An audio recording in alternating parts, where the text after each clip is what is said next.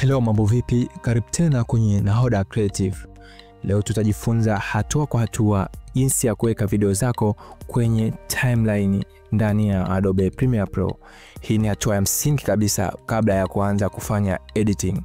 Baada ya video zako kuonekana kwenye project panel, sasa unaweza kuzipeleka kwenye timeline. Kuna njia 2 mpaka 3 ambazo unaweza kuzipeleka video zako kwenye timeline. Njia ya kwanza ni kuclick video kama hivi ninavyoona. Kwa hiyo video yangu ndio hiyo hapo. Baada ya kuclick video itanionyesha kwenye source panel. Kwa hiyo kwenye source panel kuna icon mbili. Kuna icon ya video only na kuna icon ya audio only. Kwa hiyo nikiwa nahitaji video only, nachukua icon ya video only na kuiweka kwenye timeline bila ya audio. Na nikihitaji audio, basi ninachukua audio na kuiweka kwenye track ya audio. Tukiangalia hapa vizuri, kuna track mbili, kuna V na A. Track ya kwanza ni V ambayo ni video na track ya pili ni A ambayo ni audio. Kwa hiyo hapa utazingatia kitu gani ambacho unakihitaji kwa wakati sahihi wa kufanya editing, ikiwa ni video au audio. Njia ya pili ni kuiclick na kuidrag video yako kuiweka kwenye timeline kama hivyo. Unaichukua alafu unaiweka kwenye timeline.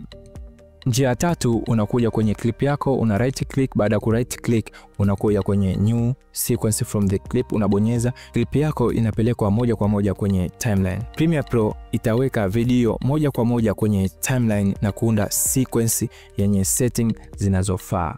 Ushauri baada ya kutumia njia hii ya tatu, hakikisha resolution ya sequence yako inalingana na video yako. Hii itaondoa shida wakati wa kufanya exporting.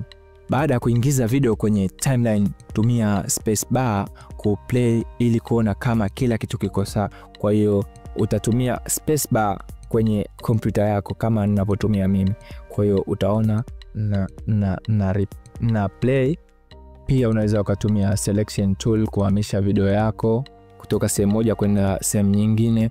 Vile vile unaweza ukatrim video yako na kufanya mambo mengine. Kwa hiyo ni njia rahisi ambayo unaweza ukatumia uweza kuweka kwenye timeline video zako.